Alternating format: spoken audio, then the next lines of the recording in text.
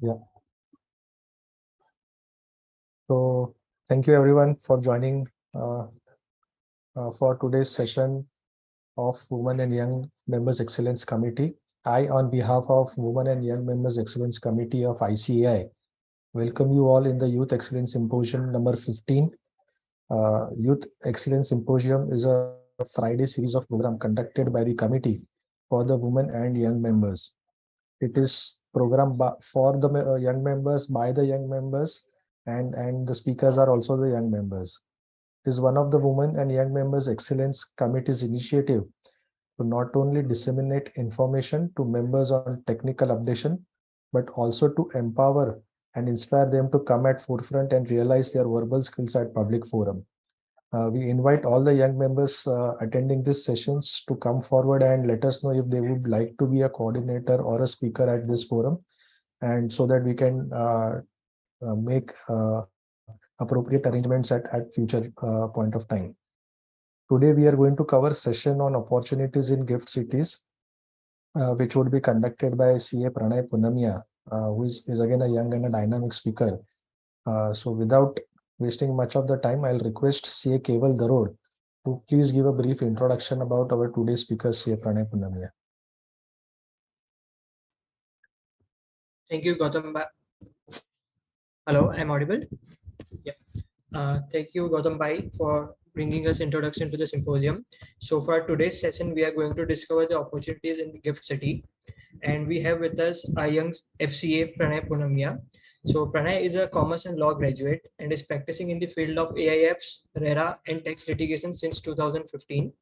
Pranay has his own chartered accountancy practice and also holds the role of Chief Advisory Officer at Monic Advisors LLP. Monic Advisors LLP is a firm catering to AIFs and real estate industry with assets under administration of around 1500 crores. With no longer further delay, I would invite today's speaker, CA Pranay, to please take charge of this session ahead. Thank you, Gautam sir. Thank you, Keval. So I share my screen. I hope my screen is visible now. Yeah, visible. So let's start. Okay, everyone must have heard by now and known by now that there is something called gift city. Okay, even people who are and even young chartered accountants who are not what do you say, not keen or not having any interest, still get to hear about some exemptions given in Income Tax Act for IFSC. Every budget they hear something IFSC exemption, this exemption, that exemption. So let us go into that. Let us see how Gift City and how IFSC is an opportunity for chartered accountants to grow a very good and a world, what do you say, a global, it has a global outlook and a global opportunity for all the chartered accountants. Okay, so let's start now.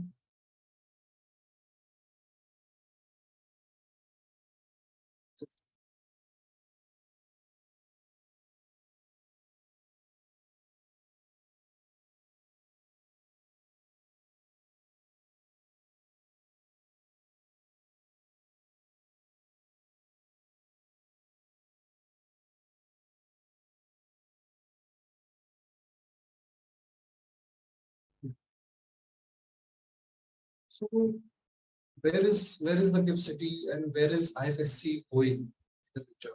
Okay, and what is the vision of today's Honorable Prime Minister about Gift City, who actually is the thought process and who is actually the innovator of a concept of international financial service sector, and who is actually who brought into picture what gift today is. Okay.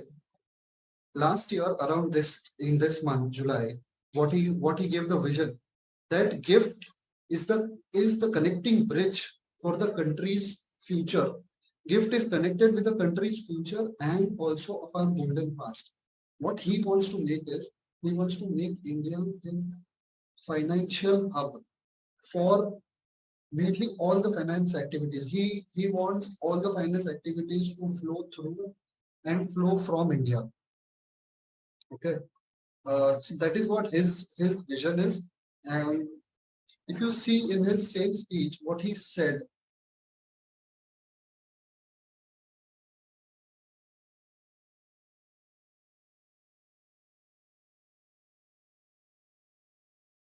that gift is a gateway. Can Ajay? I have this list of participants that is coming on my screen. Can somebody help with that? Because this is very disturbing and I'm not able to read the slides that are.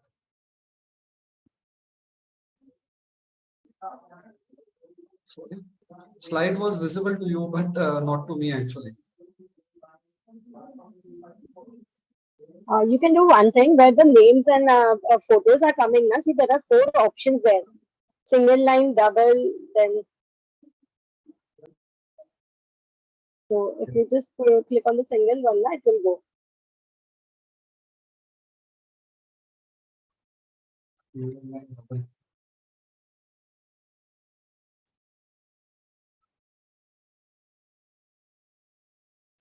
For this, but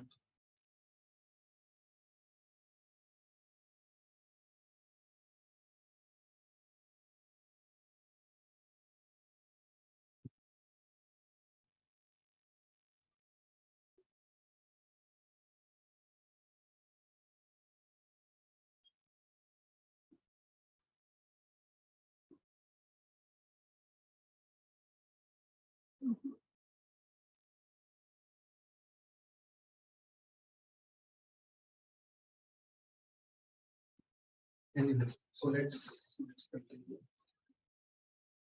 What our honorable Prime Minister, what he wants is that IFSC in GIFT City should be a gateway for all the capital and debt which is flowing in the world, and mainly for all the sustainable and climate finance debt. So what he wants is ESG financing, which is picking up pace very fast, and which is going to be a big thing in the coming years, in the next decade. That if we see, uh, probably within 2030 itself.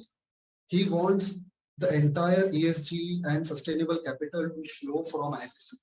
Okay. He, in this speech, again, further he said that aircraft leasing, carbon trading, digital currency, all those should come and should go from IFSC in the world, not only Asia Pacific or Africa, but in the world. Next, he gave the target. He actually uses the word that it should be your target to set high standards and become an arbitration center of choice for the world. Okay, he is competing. He wants IFSC, gift IFSC to compete directly with Delhi, Dubai, and Singapore. Okay, he wants Dubai and Singapore, all the financial, which is, see, Singapore, if you see, is actually the finance capital for Asia Pacific.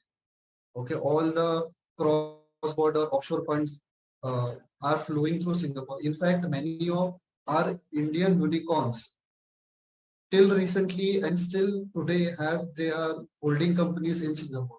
Why? Because of global VCs and global funds wanting to take a step, wanting to keep a one-hand distance away from the Indian regulators. Okay. So they want their holding subsidies to be holding companies to be set up in Singapore. This Prime Minister Modi wants that this should not keep happening. He wants these funds, these financial hubs to shift to GIFT. That is his vision. Okay. Now, how it all started? When did it all start? Okay.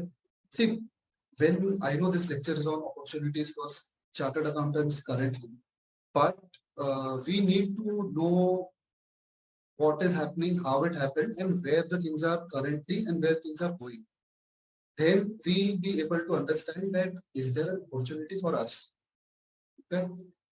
Start for this idea. Where did IFSC come from? So it was a Percy Mystery Committee report, which was way back in 2007, and which was this committee was set up by the central government. Okay.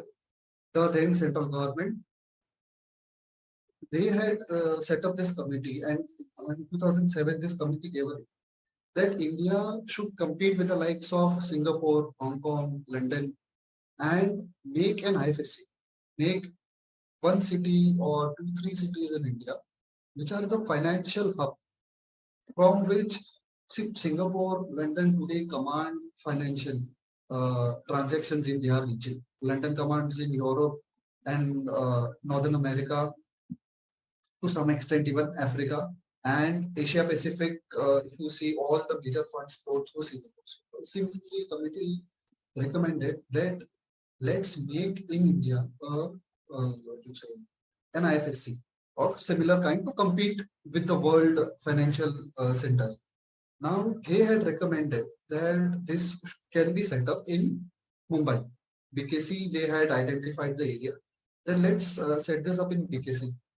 At that moment, BKC had started picking up, and the reason for the committee, one of the reasons for the committee to recommend Mumbai was already the finance capital of India. So Mumbai already had a lot of finance professionals, finance infrastructure, finance legal team, and everything, which could give a ready substantial base for the IFSC to pick up. Okay, that committee report was actually not implemented. It just they just submitted their report to the central government. Now, in 2008, when Prime Minister Modi was then the Chief Minister of Gujarat, okay, he took upon this idea. He took upon this idea, and he said, "Okay, let's do one thing." So in Gujarat, if you see, Gandhinagar and Ahmedabad are twin cities. These are the two big main centers in Gujarat. Okay, now these are twin cities only 25 kilometers apart. Gandhinagar is the administrative capital and Ahmedabad is the finance capital. So these are only 25 kilometers apart. And the then Chief Minister of Gujarat, he said, let's make a city in between, make a greenfield city, completely new city from scratch. There is no existing. So this is not actually the main Gandhinagar city. This is on the outskirts of Gandhinagar and towards Ahmedabad. Okay. So it's like let's make that. So in 2008, the actual land acquisition started by the Gujarat government. It slowed down in the coming years because of 2008 US recession. Okay, the idea and the pace had slowed down for several years. 2011 again, GIFT SEZ is notified by the central government that there can be something called GIFT SEZ in the district of Gandhinagar. They had marked the area that the land has been acquired by the state government, and we approved them to give them a multi-services SEZ in Gandhinagar. Okay, 2013. Since after 2008, 2013, GIFT 1, the first commercial building in in GIFT City, was inaugurated. GIFT 1 was actually, and at that time, Gujarat government, this GIFT City infrastructure was partnered by ILNFS and Gujarat government. After that, ILNFS took a hit after 2014, and since then, in between years, if you see this, there was not much big progress. If you see, okay, then what happens is the chief minister now becomes the prime minister in 2014. Honorable minister becomes takes the seat of prime minister. He then notifies this GIFT City as an IFSC, International Financial Services Center. Okay, the GIFT full form is Gujarat International Finance Tech City. Okay, Gujarat International Finance Tech. So first IFSC was notified, and at that time it was said that this IFSC had to work with the existing regulators, IRDA, PFRDA, SEBI, and RBI. Okay. In 2015, all four of these gave out their guidelines on how the companies and how the IFSCs and how the units in IFSC, how the international and offshore companies can operate in IFSC. Okay, so if you see, IRDA had issued IFSC guidelines, FEMA had given, even RBI had given for FEMA and separately for banking regulations. Okay, IFSC regulations. SEBI had given IFSC regulations for fund management and portfolio management services, and but I cannot recollect the name. But yeah, they had carve-outs and they had special regulations coming through. 2019. Okay, now what happens is 2-3 years, the feedback is taken from the ground. What is happening is companies coming into India, why are they keeping a one-hand distance from coming into India and setting up their companies and finance companies over there? Because they are tired of red tape and regulators. They cannot work with, say, you have to get approval from SEZ, you have to get approval from FEMA, you have to get approval from, say, SEBI, RBI. Every time, if they keep happening, these guys are not going to wait. They have a global field. They can set up, and they have big funds. They can set up anywhere in the world. If India is not attractive for them, they will not set up. Okay, so what was happening is there were a lot of regulators, and these companies give the feedback that we cannot deal with this. If you want the pace to be picked up, make one single authority which will give out the regulations, which will give out the framework, which will set the rules, and we will report to them. We will comply with their regulations. Okay, 2019, Parliament passed IFSC Act.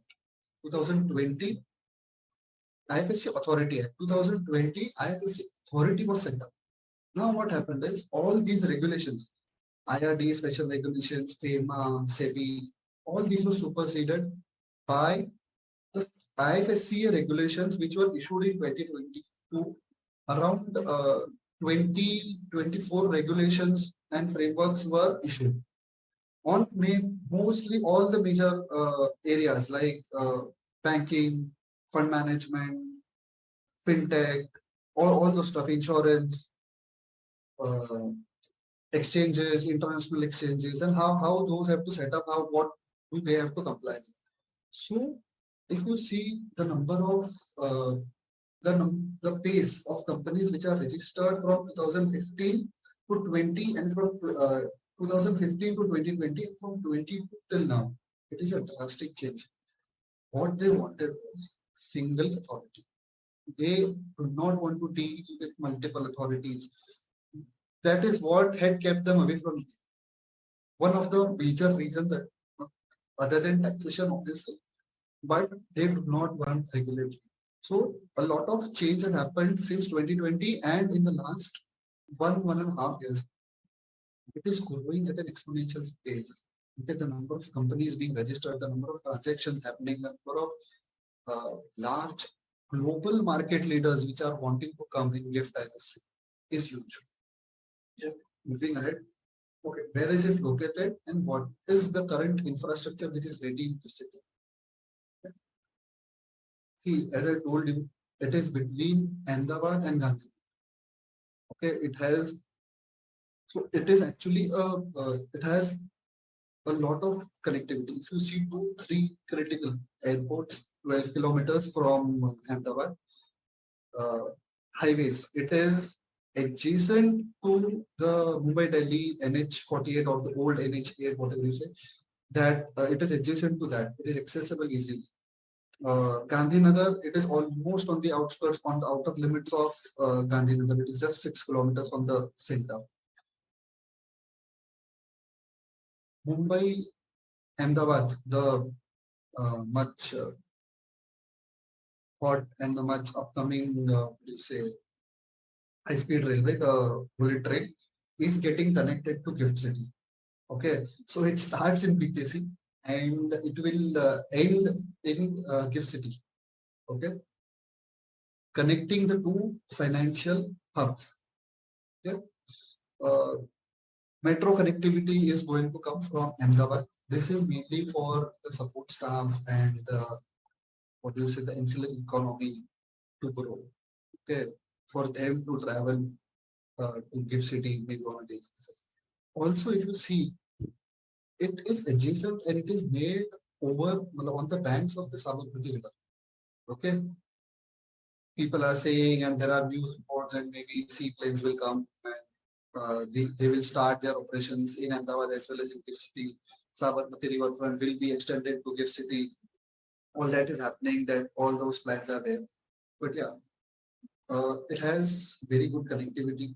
This is mainly required for foreign investors, foreign company heads, foreign CEOs will keep visiting GIFT City for their operations.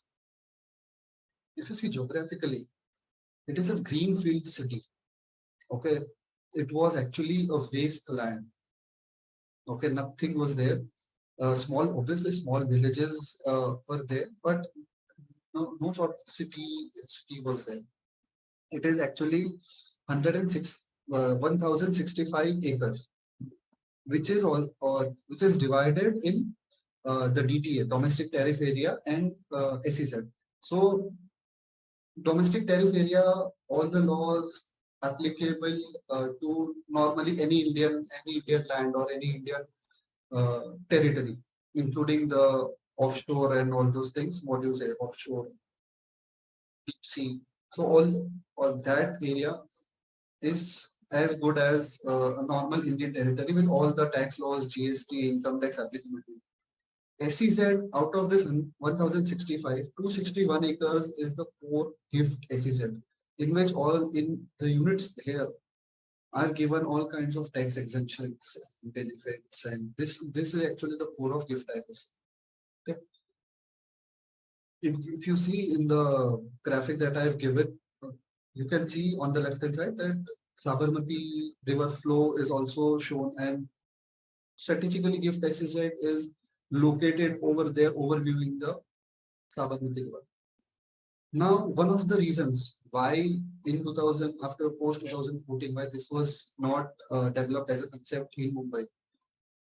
Mumbai does not have 1,000 acres of greenfield area, and to develop 1,000 acre of SEZ so quickly with all the current issues and what do you say, lacunas that Mumbai have, it was a tough job. Okay, and frankly, this kind of space is not there. So this decision was taken. One of the factors was that shifted to Gandhinagar. Now what is happening is even this area is being felt that for the future it is going to be very small. Currently there is high demand. In fact, the real estate is not getting developed as fast as the demand is. Okay, I have heard reports and I have seen where if you go for applying for space, so see, one of the criteria we will see forward is that you have to apply for space, you have to get located in the gift city, you have to provisionally get located in the gift city, and then you will get the registration and further processes will happen. Currently, the real estate is supply is short.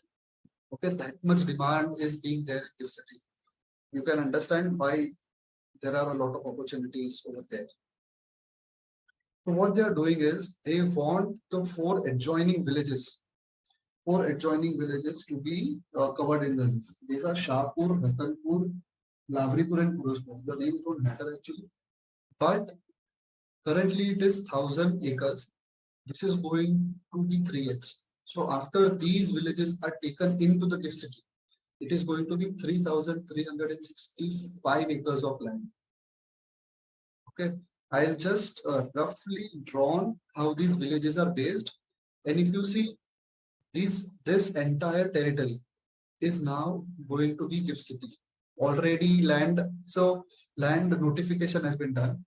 Gujarat government this time is not going to acquire those lands. It will be privately developed. They will be given on 99-year lease to the developers, but they are not going to put in the capex of land acquisition.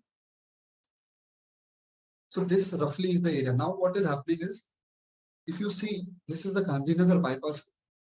This gift city will actually touch Gandhinagar on the northern side, and NH48, which is the Mumbai-Delhi highway. Okay, so this area is expanding. What infrastructure is there currently?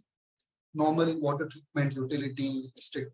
Those infrastructure is currently there. It is working.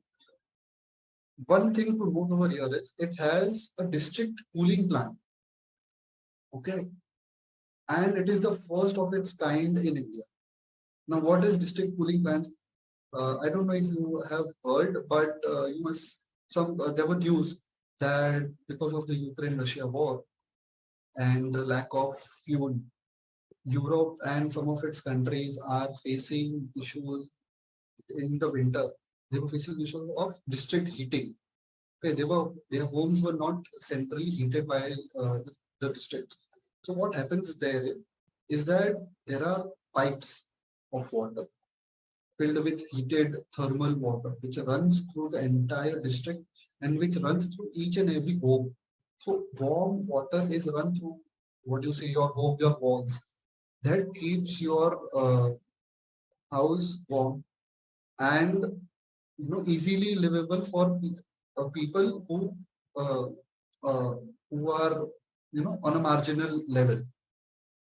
Now, and this technique, it is scientifically proven and accepted over the years. This is a very old technique outside India actually, and that if they do this rather than individual heating, this is more cost efficient and eco-friendly.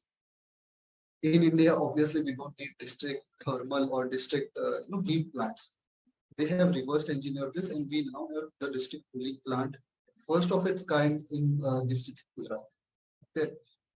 All the buildings that are connected have this cold water which is running through them. Okay, now what that does is it brings the temperature down significantly, and this water keeps circulating, keeps moving. The chilled water is given out, it comes at a normal or heated temperature, and it is again chilled, and again it is put out and given out to the buildings. First of its kind in GIFT City. Automated waste collection and segregation plants. This is also a first of its kind in India. So actually there is very little human connection in waste collection in GIFT City. Okay, the buildings just have to put the garbage in a chute, and there are pipes connected which are taking the garbage at a which sucks the garbage. It pulls the garbage at a speed of around 90 to 100 kilometers per hour. So this is also state-of-the-art infrastructure which is developed over there. It is the first greenfield smart city. Okay, no existing city has been given the tag or name of smart city. This is a greenfield city built from scratch, built from the ground up. This is a normal city command and control center. This is not something which is new to any of the metro cities like Mumbai, Delhi. All these cameras and all this command center is there now. As I said, there is a lack, and the speed of supply of real estate is not as growing as the demand is. Okay, these are some of the towers and some of the residences which are there currently in the DTA. DTA is the domestic tariff area, which is not the core SEZ. Okay. Okay. These are upcoming. I think Pragya has already delivered. Savvy developers have already delivered the Pragya tower. It is there. Social infrastructure. There is 5-star hotels are coming up. Jamnabai Nursi has started their school. Even Lilavati Hospital has committed to open hospital here. So social infrastructure is coming up. It is required because obviously if you want to develop a city and if you expect people to come and stay, so all these things have to be there. In fact, I have not put it in the slide actually, but there are a lot of other social like malls, theaters, music parks, and all those things are in the pipeline. Because if you want global and foreign investors, they come over here, stay for a few days, months, and the top Indian fintech and financial population to come, you will need the supporting and social infra. This what I said was history, geography, GIFT City, okay, how it came, why it came, what is there actually currently now. What is the concept of IFSC? Okay. People hear different things. GIFT, IFSC, GIFT, what is the difference? So GIFT is actually, it is an SEZ. Okay, IFSC is regulated. It is mainly regulated by SEZ. So IFSC is notified under the SEZ Act of 2005. So IFSC is actually a type of SEZ which is called the multi-services SEZ. Okay, and so IFSC is International Financial Services Center. It is within the GIFT SEZ which is notified. Okay, now can there be only one IFSC? No. Currently there is one, but in the Act and the provisions, the Parliament has been given powers to make more IFSC. There is no restriction that there will be only one IFSC. Currently there is one. That IFSC again will be developed under some other SEZ. Okay, there are talks, and people of the state of Maharashtra are expecting that BKC IFSC should come. We will see in the future what happens to that. Now, what is IFSC? IFSC, if you say, I have a financial company, I want to cater to India, and I'll set up in IFSC, I'll get tax exemption. That is not allowed. IFSC, see, understand the vision of the government, understand the vision of the Prime Minister, understand the goal and target of the Prime Minister. He wants global financial giants. He wants global finances to happen from India. Okay, from GIFT IFSC. So GIFT IFSC have to actually cater to whom? To mainly to the overseas market. Okay. Tax exemptions are given to companies, are given to these tech giants so that they are based in India and actually have a vision of supplying financial services globally. Okay. This does not mean that what you say. For example, I am just naming a company that a UPI company from India comes and sets up and is giving services in India and claiming tax exemption. That is not allowed. And if it says that this is the company and I'm taking UPI or I'm taking this fintech operations globally, okay, you are welcome. Okay. So IFSC is actually what so for that to happen, for global transactions to happen, what does it mean from the government? Number one, free from FEMA regulations. There should be free flowing money coming in, going out. No FEMA OTI rules, no FEMA non-debt rules, debt rules should govern them. Okay, because those are very strict, which is required and justifiable in its own space. But if you want a global financial hub to come, you cannot say that please comply with the FEMA regulation. There are limits. You cannot. There are ODI limits. You cannot invest more than X amount, X USD. No, that X USD is nothing for global giants. So, if you see, IFSC is an offshore territory for the purposes of FEMA. Okay. So say if I have to invest, so see Google and Alphabet are listed in the Indian International Exchange in IFSC. Okay. I want to purchase now a share of Google. I open my account there and with one of the bank demand depository in IFSC and I buy. ODI rules will apply because for the purposes of FEMA, IFSC is offshore. It is considered as a foreign jurisdiction. That is what helps the foreign and global tech giants to birth. Because it is foreign, there is no FEMA regulations. Okay, money can come in, money can go out. For example, a person or a company, say, sitting in Japan, a big fund, SoftBank sitting in Japan, has a unit in IFSC and invests in Dubai or invests in Africa or invests in Japan or invests in Thailand. That is what they want, for the money to flow through IFSC. And if money is to be flown, you can't keep the FEMA regulations. Okay? So it is offshore for the purposes of FEMA. I already covered that it's approved under the SEZ, the services SEZ is first step towards bringing financial services back to the Indian shores. I said they want to actually compete with Dubai, which is coming up with DIFC. They actually want to compete with Singapore as the financial hub there.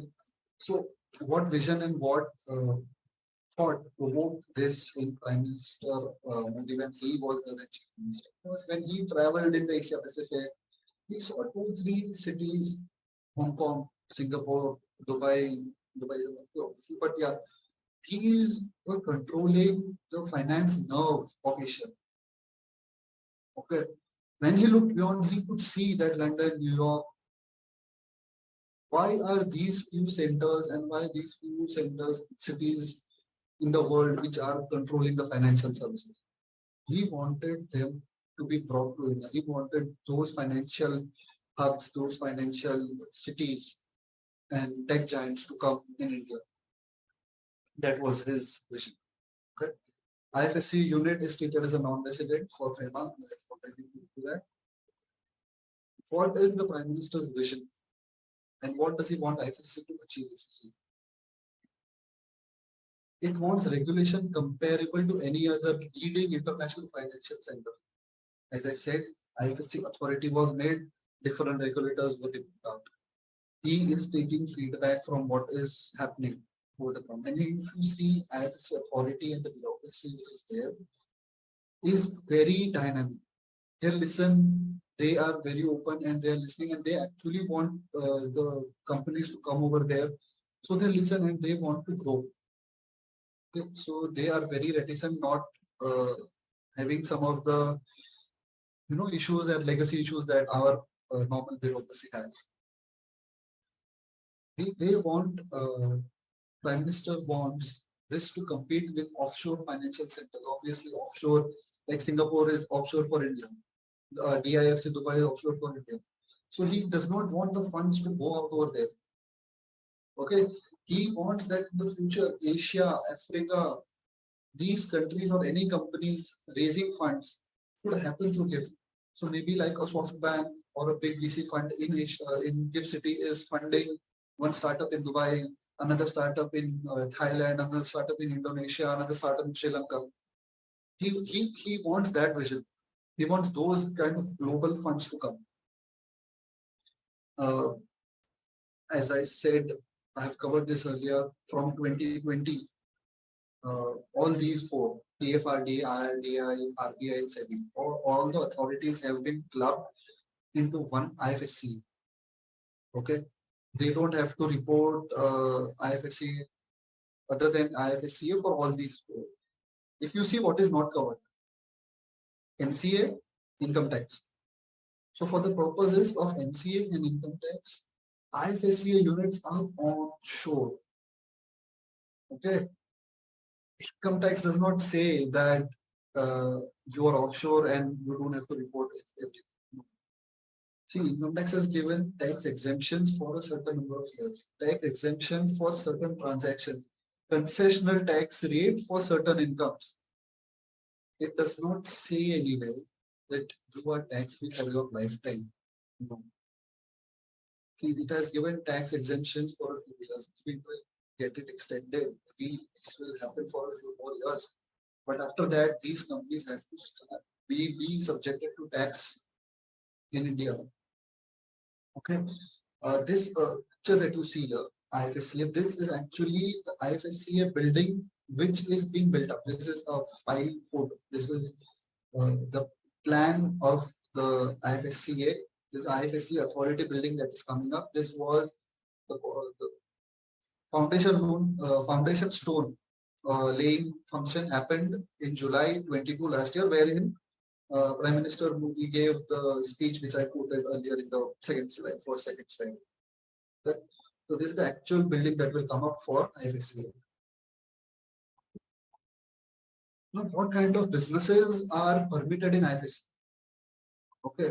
Number one, sir, I have a trading account. I have a local trading business. I want to take goods from India. I want to take goods from Sri Lanka. I want to sell it to Dubai. I want to take goods from maybe say Dubai and I want to sell it in Australia. That is not allowed. It is a financial services center. GIFT is a multi-services SEZ. Only services. The only services. Okay. Do you say services like, sir, I have an advertisement company which is global. Now I want to go to IFSC and I will make a global advertising giant, and I will cater to clients in Europe, Northern America, Southern America, Africa, Asia, Australia, and I want to take this financial services. Okay, it is very specific. Government is not going to give you tax free, tax holidays, tax exemption just for anything. Okay, you have to fall within the listed business activities which are permitted in IFSC. Okay. If you see broad areas, we'll start capital markets, offshore banking, offshore insurance. Okay, another kind of offshore banking, which is actually offshore, what do you say, asset management and other services, emerging activities and ancillary services. Okay, we'll cover these, some of these in detail. Capital markets. Indian International Exchange, IIX has been listed. Okay, now you want to buy a share of Alphabet, parent company of Google, you want to buy a share of Meta, parent company of Facebook, open a demat account with ICICI, with ICICI or some other bank in IFSC. They have their securities also over there, securities and demat account. From the Indian International Exchange, you can buy those shares. Okay, you want to trade in, what do you say, derivatives based on instruments or based on indexes which are global. You can do that. Okay, so this is a global gateway for India, for Indians, and for other foreign jurisdictions as well. Okay, but if I'm investing from India, obviously FEMA guidelines, ODI guidelines, I have to comply. Okay, FEMA reporting, compliances, FLA, everything I have to do if I'm doing from India. Okay. Offshore banking, obviously, if there are stock exchanges, there are clearing, there are demat account brokers, trading members, there is banking, which is required. So corporate banks, many of the public sector banks, many of the private sector banks have started their offshore banking IFSC. Okay, rather than having a subsidiary somewhere, they are having this model to avoid the Indian FEMA and Indian bonds. They are doing these transactions from IFSC. Okay. NBFCs are allowed, obviously, banking and non-banking both are allowed. Insurance, a lot of big ticket insurance, general insurance, co-insurance, reinsurance, captive insurance, companies making their own insurance companies for insuring themselves, insuring their needs, for catering to insurance needs. Even those are coming up in IFSC and those are allowed in IFSC. Okay. So these portfolio management services, wealth management. So Indian funds, as I said, Singapore, Dubai, VC funds, which are based in Singapore and Hong Kong. Okay. You need to obviously give them permission. If you want a soft bank to be made in India, the next soft bank to come from India, it is permitted. Portfolio management services is also given. So all these come under SEBI and RBI guidelines. So yeah, even they are permitted there. Again, the theme is financial services. Let's go to ancillary services first. Ancillary services is where we come in. Accounts, legal, tax, trusteeship, debenture trustees, fund management trustees, ESOP trustees, all those, and asset management, management consulting. In fact, even they have started in one of these activities, if you see, custodial and physical custodial services. Because what has happened is bullion exchange has come. Bullion exchange is there. A certain percentage has to be there in physical. So they have started vault services. It's permitted now. So big financial companies who give security to the physical assets, has started coming in. In fact, they have started operations in IFSC now, wherein they will secure and keeping safe, keeping their safe vaults, the bullion, gold, silver, whatever is being traded. So even those services are there. Ancillary services is where we come in. Are we allowed to set up shop in IFSC? Obviously, yes. Because if all these companies have to work, they will need the support services. They will need to file a tax return. They will need to be incorporated. They will need to take legal opinions, do their accounting, need to be consulted. So they uh, have to permit IFSC for ancillary services. Okay, the basic and one of the uh, most frequent questions that I get, sir, I am a chartered accountant firm. Let's set up my shop in IFSC, and I have my practice which I am catering for last 8-10 years or whatever 20-30 years, and I practice from there. Now, anyways, everything is remote. Everything is online. I can do most of the things online. So even my clients will see. Vision is this is a gateway. Global financial things have to happen through IFSC. It is not for Indian customers and Indian customer base that you have to go there. Okay, saying that I'll get tax exemption, I'll go there and give taxation services and audit services and accounting services from IFSC. That is not allowed. Okay, you have to cater, this will come in the coming slides, but you have to cater to units in the IFSC or offshore. Okay, there is a catch over there, which I'll cover it in the coming slides, but it says that you have to cater over there. You can't cater to the Indian market. You can't avoid paying taxes by catering to the Indian market. Okay. Next question. How will they come to? Okay. You have to submit your financials. You have to submit detailed reports annually. At the time of registration, at the time of registration, you are interviewed thoroughly. What are you going to do? What are you currently doing? How are you going to do? To whom are you going to cater? So don't take this lightly and don't try to do something out of the way, which is really not advised. And IFSC is a very active and dynamic bureaucracy. Please don't and avoid such type of routing or tripping off the services. Okay, now emerging activities. So if you see what I've covered until now are all the financial services which are there. Okay. Even in the emerging activities, bullion exchange is mentioned by IFSC. It is a financial services. It is aircraft leasing and financing. Aircraft financing, okay, understood. Financing. Aircraft leasing, if it is not a finance lease, if it is an operational lease, which most of them are these days, if it is an operational lease, how is it a financial services?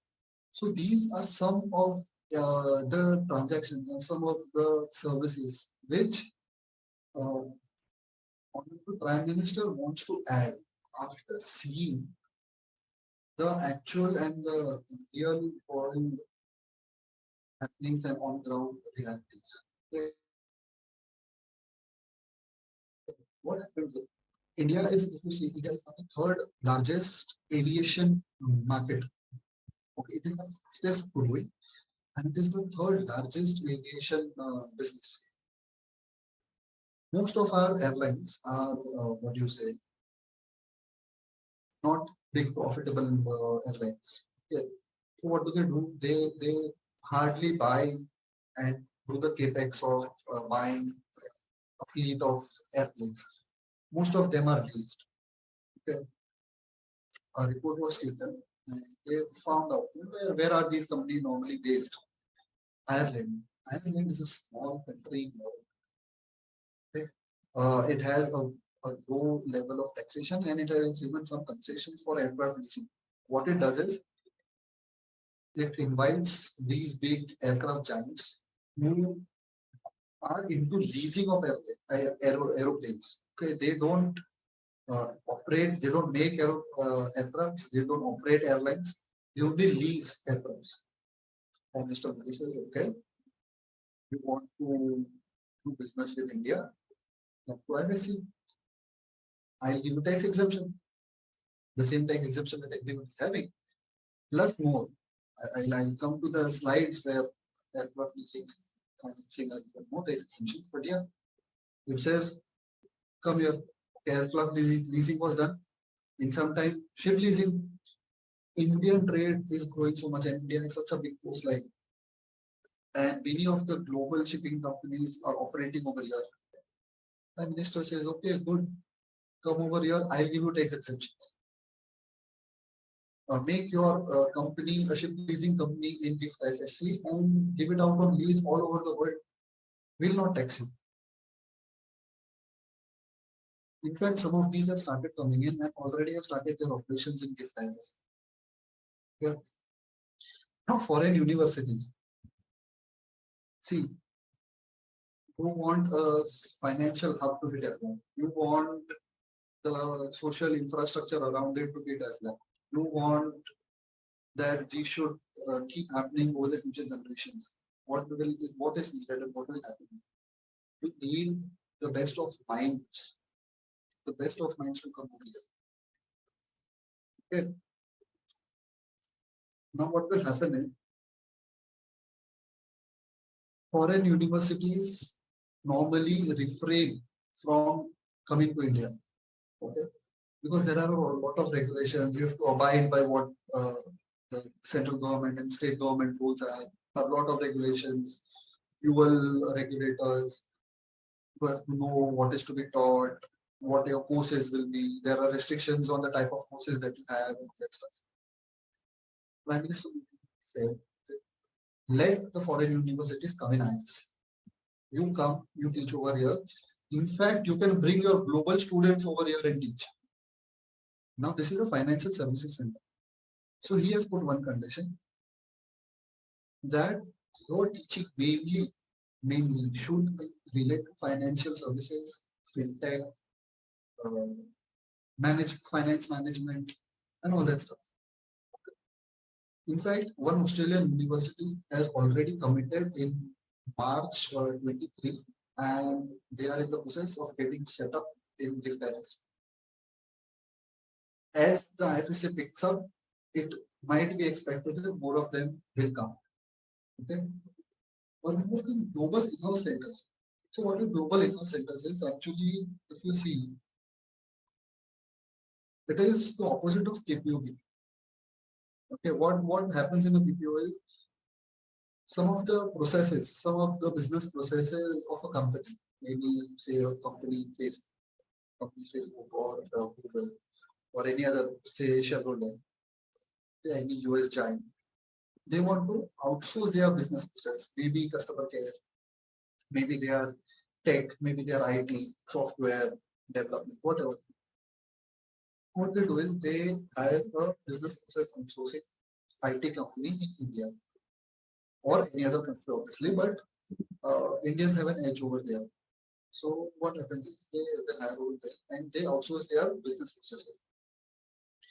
Some countries, some companies, what they do is they set up their global in-house centers. You can say this is an admin office, kind of an admin office, which is set up in India by good talent, good tech talent, and cheaper talent compared to obviously Europe and American standards. So these are not outsourced to other companies. They themselves form a subsidiary over here, okay, which caters to their administrative software, tech, finance, even finance accounts are handled from India. Okay. Prime Minister Modi said, okay. And this is not a new concept. This is happening since last 10 to 15 years easy. Maybe even more, but 10 to 15 years easy. Prime Minister says, okay, coming GIFT FSC. set up your shop over there. Again, tax exemptions, global level infrastructure we are giving you. Come over here and make your, you say, global in-house centers over here. See, the companies that are already here, already have set up shop in India, they might now even start shifting for this. But what this does is that for those companies who do not have their global in-house centers in India, this is what do you say, incentive for them, the tax exemptions, regulations exemption to come over here. So this is also a concept which they are trying to build upon. Global FinTech Hub, obviously, we'll cover this in the use of date slide, but yeah, FinTech is the thing of this decade. And now India is one of the leading countries in FinTech technology. So yeah, this is also obviously permitted. This is one of the major areas where Prime Minister is hoping that India will progress. To give that. Some of the market leaders which have come. So this slide is actually around 1 year old, and a lot of market leaders have come after that. Okay. Alternative investment funds, if you see Proteker, Motilal Oswal, Aventis, all big names, TSP is there, banking. Obviously, these are global banks, but Indian banks themselves, global banks, obviously they had to. They were anyways global, and they would have shifted there happily to avail the exemptions. Okay. But even Indian banks have started long back. In fact, they have started their operations in IFC. Indian exchanges, obviously India International Exchange, I told you. Now there is an India International Bullion Exchange, IIX, they call it for exchange. That is IIBX. That is also happening. Our colleagues, KPMG, PwC, GP, I think Deloitte and EY is not mentioned over here, but they have also set up their shop over there. Plus Nishit Desai Associates, Cyril Merchant, the Royals firm, everyone has started. Aircraft leasing, as I told you. Ship leasing is happened. Ship leasing incentive happened around March 2020. So that is not covered in this slide, but yeah, even ship leasing companies have started moving to the prices. Now, as I was telling you, what is the progress from 2020 and from 2015 to 2020, 2020 till now? Okay. So this data is I have from an EMI report, which is up to December 2020. Okay. Just see the jump in, or what is this, 24 and 27 months. See the jump in 27 months in the average daily turnover of stock exchanges. 3.4 billion to 21 billion, 7 times in 27 months. Okay. Now see the derivative transactions. Cumulative derivative transactions till then, 22 billion USD. Now it is above 500 billion USD. 22 billion squared 22 billion, and still it will be more than 500 billion in 27 months. Why? IFSC authority established. Income tax exemptions are now settling in. By settling in, I mean when they are announced. Obviously, there are some technical details, there are some technical real life issues, there are some issues, and there are some situations which are not envisioned at the time of the legal framework, at the time of legislating the exemptions. They have come up and they have now started improving. The feedback is taken from the IFSC, from the participants of the units in IFSC that, see, this is happening. Maybe if this is changed or this is added, it will be more beneficial to us. It will be more beneficial to IFSC. Some clarifications are given. Some exemptions are, matched to the normal DTAA provisions and all that stuff. We'll cover some of those ahead. But that, so since the law is settling, since that is happening, what to say? The speed has picked up a lot in the last 27. This data is for 27 months. But if I to remove data till to say March 23 will be much more than that, and it is growing at a faster speed. Okay.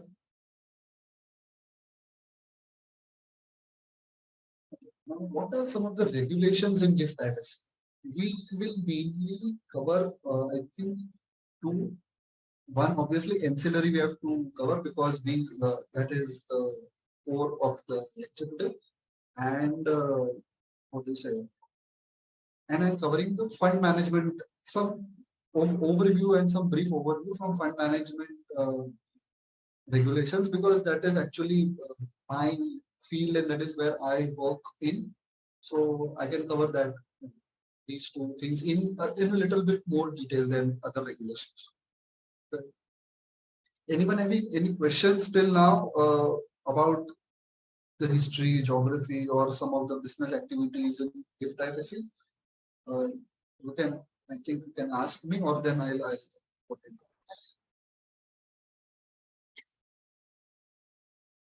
Cable, I don't know who is coordinating, but if there are questions, do let me know.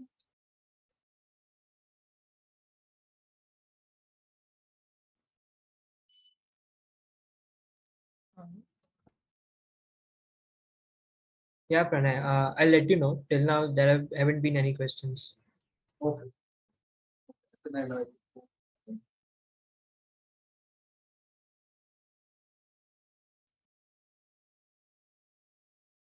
okay. Fund management regulations in IFSC. So these fund management regulations given out in 22 along with 2024 IS and other regulations which were given out in the IFSCA was set up in 2020. See, normally under fund management regulations, if you see the existing SEBI provisions that they have, there are three categories: AIF 1, 2, 3, angel funds, residuary funds, and derivative funds. Okay. It is not IFSC before IFSCA coming into picture had certain carve from these regulations. Okay, similar regulations were applicable here. But now, since 2022, they have brought in a major change in how the fund regulates in IFSCA, which I find is a bit simpler and a bit better. And maybe SEBI can take a leaf out of this book and start, what do you say, fund management regulations in a similar way. What happens here is that if you see SEBI, the fund has to be regulated. The fund has to take registration. Okay. There is a fund manager who manages the fund. There are sponsors, trustees, and obviously the core fund which invests and gives return to the investors. Okay. Here what has happened is IFSCA says to register and regulate the fund management entity. Okay, the FME. FME is regulated. So what that does is, once the FME is registered, say you have a fund manager, just for example, you say you have fund manager Kotak. Okay, Kotak IFSC fund management entity is registered. Now, under that, when Kotak goes to launch a new scheme of fund, okay, say debt fund or derivatives fund or very angel fund or fund of funds, it need not take a separate registration for each of them, a separate IFSCA, a separate office, and all that stuff from the scratch. Okay, once the fund management entity is registered, it can start issuing schemes. Different sort of, obviously, it has to be, the scheme has to be defined to the IFSCA, but it's just a type of notification. You do not have to take any permission or regulation on that deeper scale, like as the fund management entity has to be registered. Okay. So what happens is, once the fund management entity is registered, they can start issuing multiple schemes over the course of period, obviously. So now, what are the categories of fund management entities which are allowed or which are listed in the regulations? First is authorized fund management entity. The second category is divided in registered fund management entity, which is retail and non-retail. Okay, authorized fund management entity is corresponds somewhat to the angel funds or VC funds or AF category 1. Okay, you have to take investments from a certain class of investors. You have to invest only in unlisted companies, and all that stuff will come. I'll share with you in the other slides. What type of schemes can be given? Venture capital scheme, restricted schemes, retail schemes. What are restricted schemes, retail schemes will come. Portfolio management services is now actively allowed under the same regulations. Like SEBI, you do not have a PMS regulation. Okay, it is the same fund regulations, fund management entity regulations, which under which you can. So fund management entity is registered, as we took the example of say Kotak fund management entity. Now it can start a PMS. Okay, it can start an InvIT. InvIT includes REIT also. So infrastructure InvIT and REIT both. Family investment funds. SEBI regulations currently do not cover family investment funds. I think a year back or something we had heard that the richest man in India has his family office now in Singapore. Okay, that is what was the aim of IFSC. A few years back, it happened. I don't recall the exact date or month in which it happened, but yeah, that happened. Mukesh Ambani had set up his family office in Singapore. Now, even those are allowed in IFSC again. ESG funding, ESG funds. Okay, those and special situation funds, stress funds. So funds which take which invest in companies which are stressed, which in companies which are into DRT, IVC. So they can turn around those turn around investments. You invest in a company which is loss making, which is sick, and you try to turn around them and earn returns and give returns to your investors. So even those funds are allowed. So now what happens if your fund is already registered in IFSC under the with the SEBI carve-outs before 2022, before these regulations came in? IFSC says come under these regulations one time. It will be much simpler for you. You just register your fund management entity over here rather than registering each of your fund or each of your schemes, which is a much lengthier process. Come over here, get your fund management entity registered in the next 6 months from 2022 itself, and then start issuing your funds. Okay. Start issuing the schemes. So now, if we see authorized FME, as we covered over here, there are 3 types of entities: authorized fund management entity, registered fund management entity, retail or non-retail. Now, what can an authorized fund management entity do? It can launch a venture capital fund and a family investment. Okay, it can mainly do these 2 things. What is venture capital fund? What all is permitted to invest in? From where it is permitted to raise money? What is the minimum limit to raise money? It is a lot of details. We can't. That is a whole another session for fund management in GIFT. But yeah, I'm just giving you an overview, right? Okay. Second is registered fund management entity, non-retail. Now, what is the difference between retail and non-retail? It is like private and public limited. Similar, not same but similar. So the idea behind non-retail is that you have to raise funds for private placement. You cannot give out an advertisement on the billboards and everywhere on the TV channels and social media that we are raising a fund and anyone who is interested can come. It is not public offer. You cannot give public offers in non-retail and authorized. It has to be a privately placed PPM or in companies that, as we say, private placement of shares. You cannot give a public issue. So these happen, and so that is non-retail. And retail is you can give out a public issue of funds. Okay, you can give out. You can take money from public at large. You can invest them the permitted investments. Now, registered FME, if you see, what can they invest? They can invest in what schemes they can start. They can start PMS, they can start multi-family offices, not a single, but a multi-family offices. Because what is family is also defined. Okay, family is a person starting a family and the members have to be linearly ascendant, descendant of that person and their spouses. Okay, no other people are covered and only these people can be members of the family investment fund. PMS and multi-flow registered FME non-retail will cover PMS multifamily, REIT and InvIT on a private placement basis. Okay, you can have an REIT, you can have an InvIT scheme, but on an REIT and SSF, Special Situations Fund.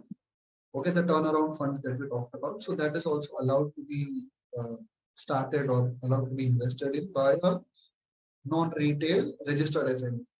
Plus, in addition to these, it can do all those things that an authorized FME can do. Okay, so if you see, it is a larger subset. Whatever the authorized fund can do, registered FME can do those plus PMS, multifamily, REIT InvIT on private placement, and special situations. Similarly, what can a retail FME do? Okay, retail registered FME.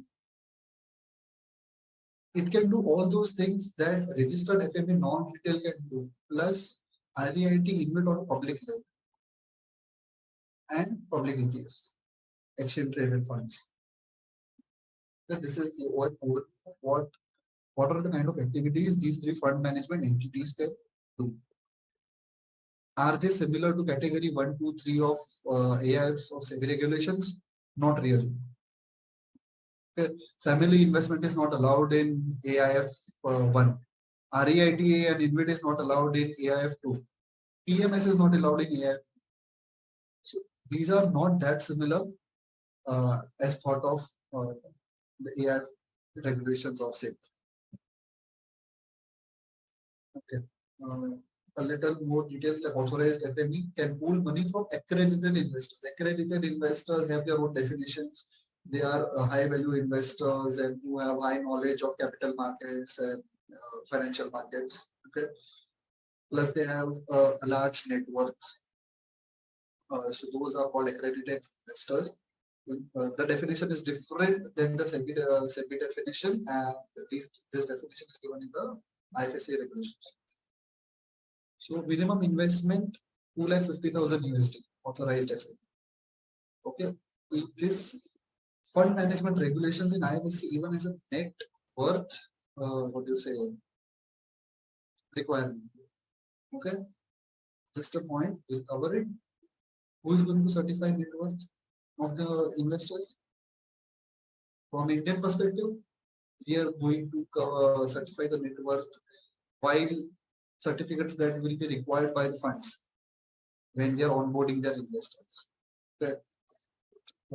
Non-retail registered FME, pooling off from accredited plus 150,000. So they have lowered their limit over here.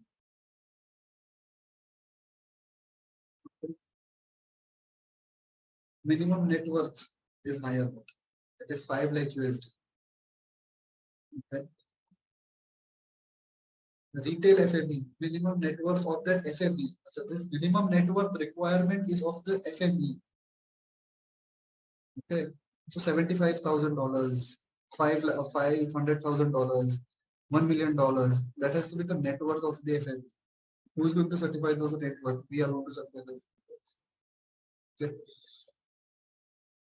What are some of the benefits of setting up units in GIFT IRIS? Obviously, we have seen all this stuff. We will ask what are the benefits. Okay, starting with 100% tax exemption for 10 years out of the first 15 years. Okay, 10 consecutive years out of the first 15 years, you get exemption under 80 LA of Income Tax Act. Yes. You get 80 LA exemption. No capital gain tax. So some of the transactions which are transacted at the IFSC, by non-residents, not residents. Okay, residents, obviously you are trading, you have to go for FEMA regulations, you have to pay taxes. Okay, so don't expect any legal from the income tax for residents. But yeah, non-residents, why should they pay taxes on some of the transactions which are not accrued to be in India? Okay, so for example, an investor from Singapore investing through GIFT IFSC exchange, Indian International Exchange, for a Google share. Okay, just that because it is transacted at Indian IFSC, it has to pay tax over here? No. So section 47, 47 subsection 7AB has been made to give exemption for capital gains. Okay. MAT is at the rate of 9% instead of the normal 15%, but now usually MAT, most of the companies have shifted out of MAT after 115 BAA. Okay. There is in the exchanges, there is no STT, no commodities transaction tax. In fact, there is no stamp duty when you buy residential units, commercial units. Sorry, not residential, but commercial units if you buy in IFSC. There is no stamp duty by the Gujarat government. Okay, and in fact, on exchanges also there is no stamp duty. Because all these costs, all these taxes, you cannot impose them on a global level. So you can't tell an investor from Singapore transacting on Facebook shares to pay stamp duty, CTT, STT on global exchanges. Okay. All these will happen. This will be a disadvantage to India International Exchange. India International Exchange is competing with world exchanges, with Singapore Exchange, with SGX. If we impose this type of costs, they are not going to shift with it. Okay. One of the things, major, no GST on services. By whom? Received by a unit in IFSC or provided to IFSC SEZ units or offshore clients. Okay. Now, if SEZ units provide or gift units provide any services to Indian customers, Indian clients in some sort of indirect way, which we call GST is applicable. GST will be obviously not GST on transaction carried out in gift IFSC. So if there is brokerage charges that I am incurring while buying and purchasing shares, those are not chargeable under GST. Number one more critical thing, if you see that all the transactions in gift IFSC have to happen in Forex. Have to happen in Forex. You have to do everything in Forex, not in Indian. That is not allowed. So moving ahead, a lot of benefits given by the Gujarat IT policy 22-27. I think we'll move a little faster because I have to cover more opportunities we have. But yeah, a lot of IT policy benefits. You get a capex subsidy, 25% up to 50 CR and all that stuff. 15% of capex you get reimbursed. PF you get reimbursed. In fact, you get reimbursed 50% of the employee cost if you are generating new employment. This is the level of subsidies that they are giving. Recent amendments in budget, as I said, again, I'll cover some of the brief. Surcharge has been brought down. Okay, surcharge has been brought down for category 3. See, in Income Tax Act, still it says category 1, 2. They have not put in authorized FME, retail FME, and non-retail registered FME. All these things are not been put. So category 3 AIFs, this is applicable surcharge in sales for a specified fund. Specified fund is defined in 10.4D. Okay, 10 subsection 4D, which is 10.4D. That has been done away with. Okay, so there is no surcharge and sales. Why this is done? One of the major reasons is that what is happening is if you have to compete, if a person in what you said is investing into India through gift IFs, okay, if it wants to buy a Reliance share on the international exchange, what is happening is, or the funds which have come in, the big funds which have come, are buying through gift IFSC. Now they have to pay surcharge. Similarly, but if these funds are coming through, so if a foreign fund is not having any onshore activities in India and it is investing directly into India through Dubai, okay, or through Singapore, what happens? They take benefit of DTAA. Now DTAA, when there is a tax rate, 10%, 15%, they don't have, it is not plus plus. There is no surcharge cess.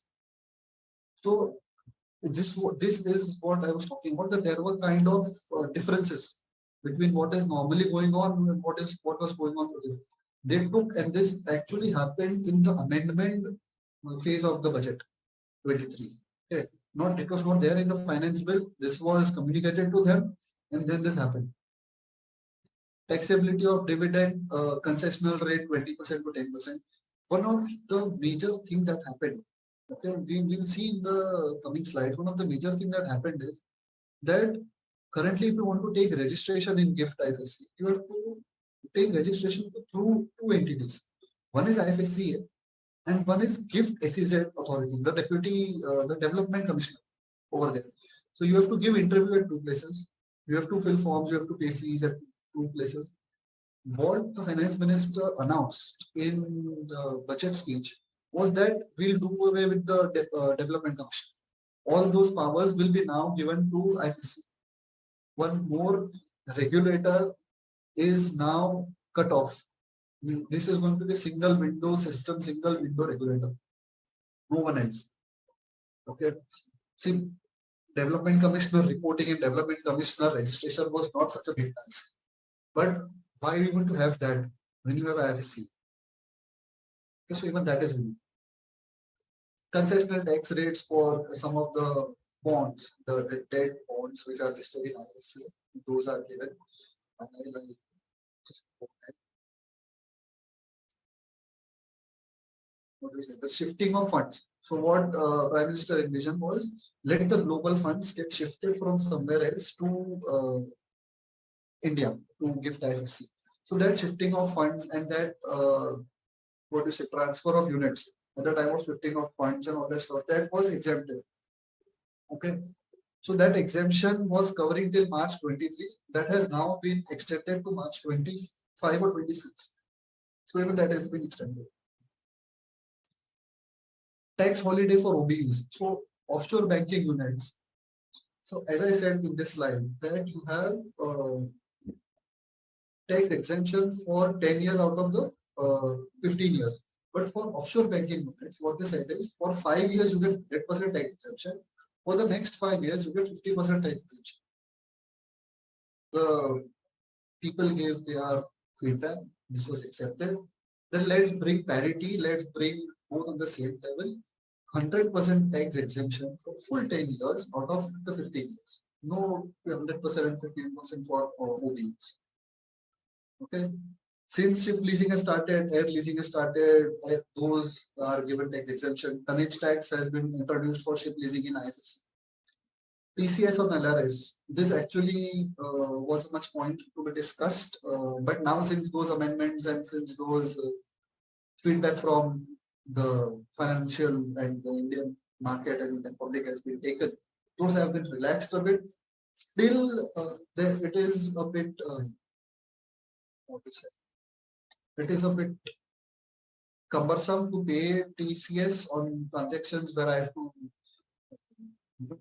if I have to say buy 10 lakh worth of shares from GIFT IFSC, to pay TCS, and on purchase of shares, still will be there. It has its own reasons. So let's see what happens to that in the future. There's one more concept for one of the benefits. So sandbox testing. This has started at sandbox testing. These regulations have come up recently. What is sandbox? If you see, I have given a photo over there, and it is a playground in which there is a box with this sand. Now, if you see, this is a simulated play area, okay, where kids can get the feel and play of maybe say playing in sand, playing on a beach. Okay, so it is a sandbox in which, and the kids are safe over there. They can play, they can learn, They can play how they play similarly on it is a simulated beach, if you kind of say. Okay. Now what happens is regulatory sandbox testing is started in IFSC. So if, for example, you have consider an era where there is no UPI. Okay, there is no Google Pay, there is no Bing UPI, there is no Paytm, and some government or some authority comes that I have this idea. Let's make UPI. Okay. Now you want to make UPI, you need to test it. Now, if you go ahead, if there was no sandbox, and if you go ahead and start testing it on the market at large or in the public at large from the beginning, what will happen? You will have to comply first with a lot of regulations. Since you are a finance company which you want to start, you have to take multiple RBI authorities permissions. RBI itself won't know at that time what is UPI and how do I permit it. So just considering that UPI is assuming that UPI was a private technology and a private company would have come up with it. How would RBI govern UPI without no knowledge of what this thing is and what this thing can do? Okay, so one of the visions of that and one of the key areas was that we saw of Prime Minister was global fintech. It wants to develop license. This is very critical to global index sandbox testing. You have to give. So what sandbox testing will do is it will make a market like simulated play area for some of the fintech companies. Okay? You show your concept, you prove your concept. Okay, this is going to happen. IFSC will give you a sandbox. Okay, that these are the number of people you can interact with. You can do these things. This is a control environment. You don't take any permissions of any RBI, IFSCA to do these things. Okay, just test it out. If that works, then we will get you on board. We will formalize your company. We will see how the regulations are doing it, how it is impacted, how it can be taken out to the world. Okay. So this is a very good concept which is coming. Plus, what they have done is at the IFSCA level, they have started fintech grants. No central government, no state government. You just have to apply to the IFSCA. So there are different stages. Fintech startup. If you are developing a product or services, so startup grant 15 lakhs. Up to all these amounts up to. So the maximum limit is you can get 15 lakhs. Proof of concept. You have a proof of concept. You have made it. You can display it. You take 50 lakhs. Okay. Sandbox testing. Okay, you want to experiment. You want to do things. They give you sandbox plus they give you subsidy. Please test this. Okay, what is green fintech? Solutions for sustainable finance. ESG investments related this is. But if you want to do that, we'll give you 75 lakhs. Show us the product, show it what the services, test it, develop it over here, and from here it should be taken to the world. Obviously, when they are giving grants, they will put their conditions, they have put their ifs and buts. They will not give anything for free. Okay. Accelerator. You have made a product. Now you want investment to come in. You want to meet investors. You want to travel abroad. You want to take global investments in your company in IMS. Okay. One of the things which is covered in accelerator grant is they will reimburse you your travel expense. Go global, meet with investors, accelerate your product, and you will get listing support. Some a kind of like you have made your company. There are investors. You want to give them exit or you want to take your company public.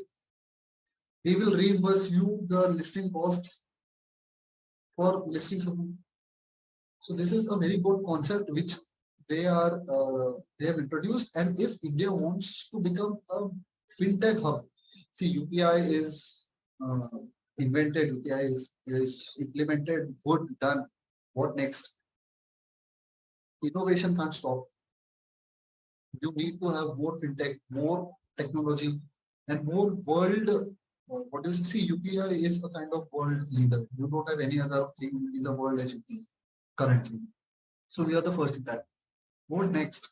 We need India to keep being first in fintech at every step.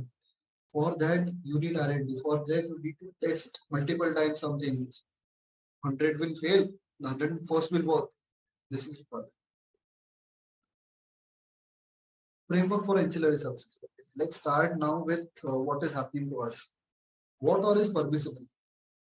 Accounts, legal secretarial, taxation, trusteeship, and management consulting. Okay. Now, for 1 second, let's keep aside this trusteeship. Let's keep aside this legal and secretarial. Even if we see the other three, accounts, auditing, taxation, and management consulting, lot of scope over there. Financial auditing services, all these companies which are coming over here, okay, need to be audited. Their accounts have to be reviewed. Financial statements. So I'll tell you one more thing. All the transactions have to be taken out in USD or in forex. Okay, in IFSC. If your company does not have a policy, it will be deemed that you have to report everything in USD. And you have to conduct all your business services, not trade, but business services in USD. For Companies Act, for Income Tax Act, you are still on show. File your income tax return, you have to file your financial statements. You can't file your financial statements in Forex. You can't file your income tax return in like $50,000 to get those converted. Who is going to do that? Who is going to get the financial statements and accounting services converted? You can even give bookkeeping services for the entities which you are not auditing out, for which you are not giving a test functions. You can give consulting, financial consulting, marketing consulting. In fact, there is a lot of scope in consulting before going into an IFSC. If a global company wants to come over there, or if an Indian company wants to evaluate what benefit I can get from an IFSC, that is a major area of consulting. Big area of consulting. Taxation, obviously, tax planning. What are the tax benefits? GST benefits, income tax benefits. What is the tax arbitrage? I am catering to my overseas finance partners. I am converting to a finance company, and I am handling a fintech company in India, catering outside the world. Why not? Why should I not do it if this? Costs have to be considered. Shifting cost, taxation cost. What are the benefits? Long run, come in. We are the advisors. Okay. Some of the things let us understand. Okay. When it comes to the framework of ancillary services, these are the rules and regulations by which we will be governed at IFSC. You have to make a branch or a subsidiary at IFSC, or you have to exist a newly incorporated entity. Fair enough. Okay. Now, who can you cater to from IFSC? As I said in the beginning, I have my tax practice. I cannot cater to my Indian clients from there. You can cater to entities in IFSC, obviously. All these banks have come, all these fund management entities have come. Who will audit them? Who will do their fund accounting? You can give your services to them. You can give financial services from, you can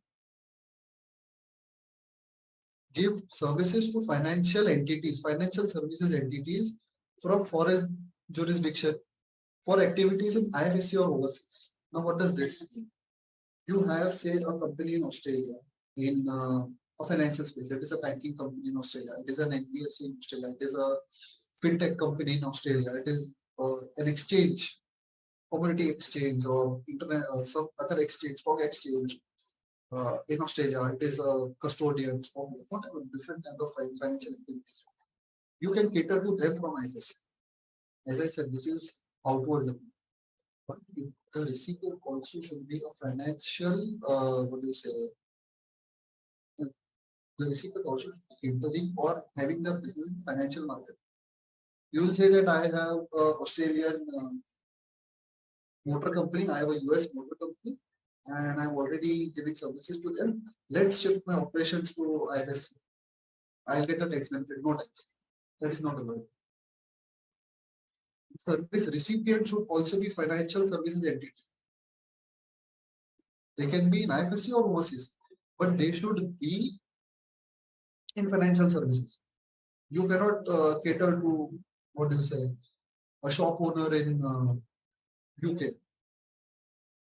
They have to be a bank, they have to be a custodian, they have to be trustees. The third recipient is Indian entities who are in the process of setting up their IFSC. This you will have to help them. If you are registered in IFSC, a fund is trying to shift and planning to shift, then cater to them. That is not restricted. But then they should genuinely be transferring their activities to IFSC. Okay. All these transactions, all these services have to be done in forex. You cannot bill from INR and you cannot maintain INR. That has to be converted for filing of ITR and filing of design, but it cannot be for billing and transacting and banking purposes. So even your bank accounts there will be forex. The only thing which is allowed to be given in INR is administrative expenses. Okay, salary, lease payments, if you have in DTA. Okay. Say for example, you have bought 3-4 flats for the directors, for the top management and the employees of the company. You can give them from your INR account. So a unit, basically what is happening now is a unit in IFSC is maintaining 2 accounts, one in GIFT IFSC and one in DTA. Okay, same ICICI Bank, say or Kotak Bank I have. I'll open a forex account in IFSC and I will have an INR account in DT. Books of accounts, as I said, has to be maintained in forex. You have to tell in which currency at the time of registration. You have to tell in which currency are you going to maintain. If nothing is said, it is assumed USD, but not Indian rupees. Even we have to submit. Obviously, we are a unit in IFSC. We have to submit our annual financial statement. As I told you, they review it. They can even ask for further information to see if what is happening and what is not happening. What is the cost of going over there? So application fee is 500 rupees and registration fee for 5 years is $2,000. So in USD 500 and $2,000 USD. It says IFSC and then there is again SSA. Okay, these are the costs that you have to bear. Plus you have to take lease rentals. Lease is cheaper. Lease is like around 60 rupees square feet roughly, which is going on right now. And they give minimum 500 square feet. There are units starting from 500 square feet, which is starting. One more thing, if you see, one more question again. So let's set up an IFSC unit, that register it there. I'll take on lease also because in so let's register it there and then I'll sit in why I'll sit in Delhi. I'll sit anywhere in India and I'll work remotely and get the tax benefit. That is not a problem. So IFSC clearly says you have to take on lease in office 50% of the staff. Currently, they are saying 50%, 50% of the staff should be work from office. In fact, you have to give in the interview, you have to give details. How much is the staff? Why only this much staff is required? Will I be able to cater to my clients from this much staff? What is the competency of that staff? That is question. So don't take interviews in IFSC here. This is the whole process. You have to get a space identified, provisional letter you have to take from the developer. Then you have to go for MCA, LLP and company registration you have to do. You have to apply to both the places, IFSCA and SEZ. You have to give interviews at both the places. The development commissioner interview are slightly easier. They are 15 to 30 minutes interview, virtual or physical. But IFSCA interviews, those are very detailed oriented. They ask you a lot of questions. They sometimes give you another date if you're not well prepared. So don't take that lightly. From there, then you go. Once that is approved, then a development commissioner will give you the final confirmation letter for lease. You enter into lease agreement, you take the possession, and then you start your operations. Our colleagues who are already there, as you can see, some of those are listed over there. Trusteeship, consulting, asset, legal, accounting. Many have already gone over there. Okay, there are different fees if I have to register under legal also, accounting also, and tax also. Okay, one fee I cannot pay and say I'll do everything. You have to say specifically what you're going to do. If you want to do something else, pay the fees, take registration for that also. Or at the time of registration itself, register under three things. Okay. What are the opportunities that we are getting? In lot of them, as I said, in the starting, incorporation and setup advisory. Discuss this a few slides ago. Who is going to do tax audits? Tax audit is applicable. Income Tax Act is not giving any exemptions for IFSC limits tax audits. Companies Act, private limited companies audits, TP audits. Understand that this is a global platform. Global related entities transactions are going to take place at a whole another level. Obviously, this is happening for that. Okay, a lot of TP study reports, TP audits, all those things will come. Internal audits, all these are giants. Okay, now when they trade and when they do business in thousands and lakhs of dollars, internal audit limits in Companies Act easily will be crossed. Even if they are not crossed, foreign companies many times get their internal audit, risk audit, compliance audit done for their satisfaction. Okay, so that will happen. Systems audit, fintech. Who is going to do the system audit for them? ISA, DISA qualified chartered accountants have a lot of scope over here. Attest functions. So there are a lot of certificates which are required under IFSCA, NSEZ, as I said, network certificate, valuation, all that. Who is going? Chartered accountants have that opportunity to take. Certificate under ATLA. So there is a form under ATLA, Form 10 CCB.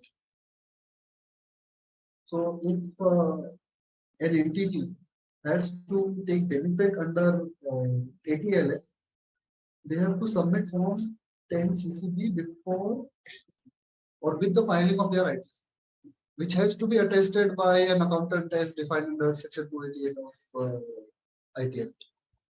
So we have to do that. GST structuring, GST filings, zero rated filings, no GST, but still zero rated filings have to be done. Custom compliances, those have to be done. Okay, now a lot of these are financial markets. What is going to happen? And sometimes CA, as we are CA, we know finance, we even arrange for finances, bank guarantees, export credit, commercial borrowing, CCBs, we can get them. A lot of opportunities. As I said, valuation. So under fund management, I'm just giving you one example. Under fund management regulations, valuations of the investee or the portfolio, the investing companies or the portfolio of the fund of the scheme has to be taken of the scheme, of each scheme. So for example, if Kotak has 10 schemes, all 10 schemes, every 6 monthly valuation report of their entire portfolio. If they have invested in 6 companies, 10 companies, valuation. Big scope. Valuation under FEMA. A lot of these transactions are maybe going to happen with Indians also. Okay. ODI regulations and FEMA regulations. And so what if these funds invest in India? Some of the global funds, not necessarily that they will invest only outside. These funds will invest in India. FCGPR filing, FCTRS filing, LLP filings, all those FEMA filings. There is a lot of fund compliances which, so these actually will do even for our what do you say, normal domestic funds, but all these are applicable for the funds which will be registered, which are registered in FME, under FME in IFSC. Okay. Subsidy, the Gujarat subsidy, the Gujarat government subsidy, even that practice. See, we can consult them on what subsidies you are getting, what all benefits you are getting, what form has to be filled up, how it is to be filled up, where it is to be filled up, under what time you will get the subsidies back. So a lot of opportunities, a lot of opportunities for chartered accountants in GIFT IFSC. One of the other questions that I get, sir, if I am practicing in Delhi, I am practicing in Jaipur, maybe Bhopal, should I shift over there? See, obviously this question will not come from someone who is staying in Nandini. He will be finding it easy to shift over there. But for us, for who we are there, you need to take that calibrated judgment. You need to shift, you not need to shift. What are your pros and cons? But yeah, opportunity wise, a very big opportunity. Is there an advantage if I am physically over there and I am operating in GIFT FSC? Obviously, yes. Over others, see someone who is operating from there, who has a physical presence over there, and someone who is virtually catering to them from a space which is not in GIFT FSC. It makes a difference. If you're there, if you can meet the potential clients, if you can meet the clients can meet you easily. So it makes a difference of shifting to a GIFT FSC. Obviously, you have to take into consideration the cost, the other pros and cons. It is not an easy decision. Some of the latest updates I want to give you. Last 2-3 months. Some of you may have heard what is happening in GIFT FSC, but still, Prime Minister Modi, June 2023, USA state visit. He met with the Google Alphabet CEO, Sundar Pichai. There, Sundar Pichai then declared that Google fintech operations will be centered in GIFT IBC. It says that India already through UPI and Aadhaar have a great base in fintech, and we are going to build on that foundation and take it global. You understand, this is a big and significant statement coming from Google. One of the things is, see, Google is market leader. If Google comes, 15 other companies will think, where is it going? What is GIFT IFSC? Let us explore. Let us shift. These are big giants, these are trendsetters. When they say that they are going to center their fintech operations in Gujarat IFSC, big statement. Not come yet, this is just a statement, but still. SGX Nifty, the famous SGX Nifty and the famous 5 to 7 years dispute between Nifty 50 and SGX Nifty. SGX Nifty is now GIFT Nifty. This dispute has been settled. The SGX Nifty, which was listed in Singapore, is now being transacted as a GIFT Nifty. GIFT Nifty has a trading hours of 21 hours each day. Our normal trading hours are what, from 9:15 to 3:30, 9:30 to 3:30. This is traded for 21 hours. Why? Because it wants global investors to trade on GIFT Nifty. Global investors it is inviting. So it has one phase which starts from 6:30 in the morning to around 3:30. Then there is a break off and almost an hour, then 4:30 to 2:30 in the night. So it is covering the Asian market timings. It is covering the European and American market timings. It is saying we are open for 21 hours a day, trade in GIFT Nifty. Okay, why is this significant? If you see the open interest in our normal Nifty 50 index in SGX Nifty, normal, this is of 2021, I am giving you a figure. This is converted in INR, okay, and it is converted at the ratio of the forex rate of 2021. Consider the impact it has after 2 years, and consider where the dollar is went in these 2 years. At that time, Nifty 50 open interest 18,000, SGX Nifty 61,000. Current data I did not find from credible source, but I'm sure it will be a huge difference then. Why is it significant? Coming over here, SGX Nifty was taking away all the profits. SGX was taking away all the profits. Now what has been agreed under the settlement of the dispute is that it is almost a 50-50 ratio of who will take the profit for the first 15 years. Between Nifty 50 and SGX, it is a 50-50 split. There are a lot of conditions in that, but overall you can say it is a 50-50 split. Okay. Average volume also at that time, These are the open number of lots that are open. Okay. India had 14,000 crore open, and this is 26,000. Huge difference. SVB collapse. Recent March 23 SVB collapse. The startups, Silicon Valley Bank, which was a depository of the funds of some major and big startups in US. It was a bank and it had invested in some debt instruments, which or the value of which collapsed very badly. And they have funds with the funds of the startups which they had kept in their accounts in SVB. They could not access it because the bank was in crisis. So at that time, what happened?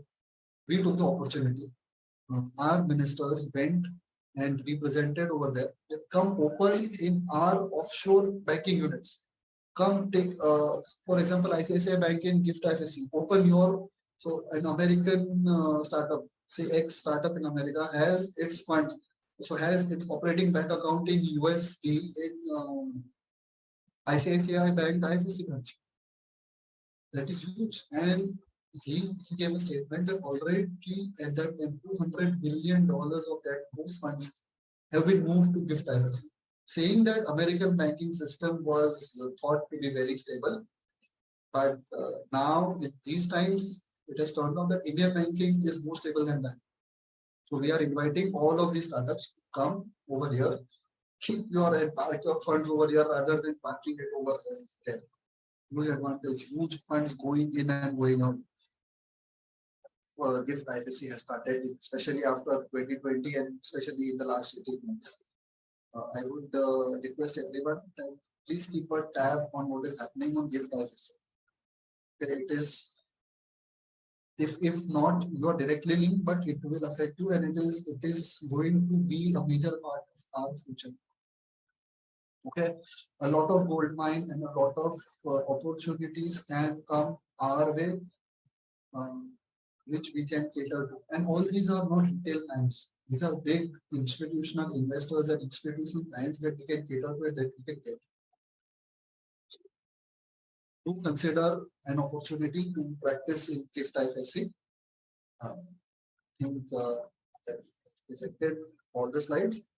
And I thank you everyone for giving me an opportunity to speak on this topic. Thank you. And I'll stop this time.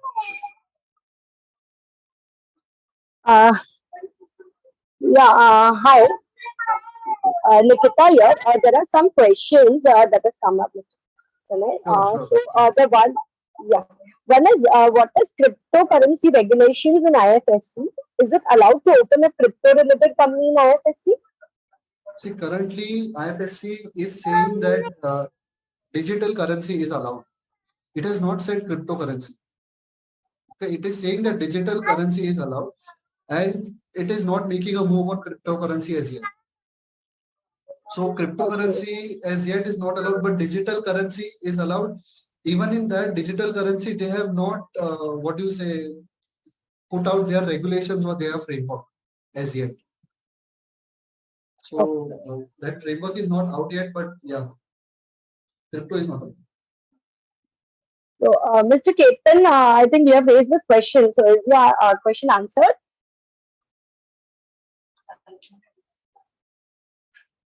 Hello, Mr. Ketan. Fine. And the second question was what kind of entity can be registered? Whether a proprietorship can be a branch over there? No, proprietorship, one person company model. Okay. LLP, private limited, trust allowed. Trust also only for the debenture trustees and the funds. So fund management entities. Even the fund so the scheme of the fund can be a trust. The fund management entity itself has to be LLP or company, private or public, whatever. But trust is allowed under certain circumstances.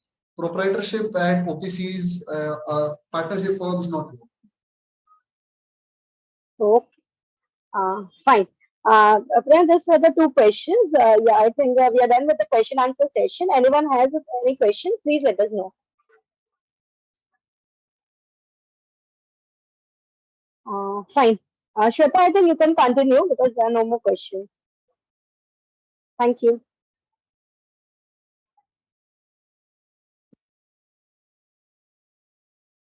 Now, on Hello, Shweta. behalf of women, young, yeah, am I audible? Yeah, You're audible. Okay. So on behalf of the Women and Young Members Excellence Committee, I would like to extend a heartfelt vote of thanks to our esteemed speaker, Mr. Pranay Punamia, for his enlightening speech on the tremendous opportunities in the gift city during this virtual program of the Youth Excellence Synopsis. Sir, your expertise and insights have provided us with a deeper understanding of the potential that lies within the gift city and the avenue it offers. Your ability to capture our attention and deliver such valuable information in a concise and engaging manner is truly commendable. Your speech has shed light on the various aspects of Gift City, right from how this concept started with the speech of Modi ji, and then the whole timeline, starting with the report of Percy Mystery. You also mentioned about how well the Gift City is connected from Mumbai and Gujarat. List of various business activities which are permitted in the IFSC and who are the existing market leaders was also highlighted by you. Additionally, the most important thing relating to the tax benefits available to various residents as well as non-residents was very well explained during the session. You have inspired our young minds to explore these new possibilities and embrace the potential within this flourishing hub. We also like to extend our gratitude to the organizers and volunteers who worked tirelessly to make this virtual synopsis a success. Without their efforts, this platform for knowledge sharing and networking would not have been possible. To our esteemed participants, we thank you for the active engagement to the enriching discussion surrounding Gift City and its vast opportunities. Once again, we express our sincere appreciation to Mr. Pranay Punamia for gracing us with his presence and sharing his various valuable expertise. Your speech has undoubtedly left us an lasting impact on all of us, and we are eagerly looking forward to exploring the opportunities that Gift City has to offer. Thank you all for joining us today and making this virtual symposium a truly remarkable event. Wishing you all a continued success and bright future ahead. Thank you. Thank you.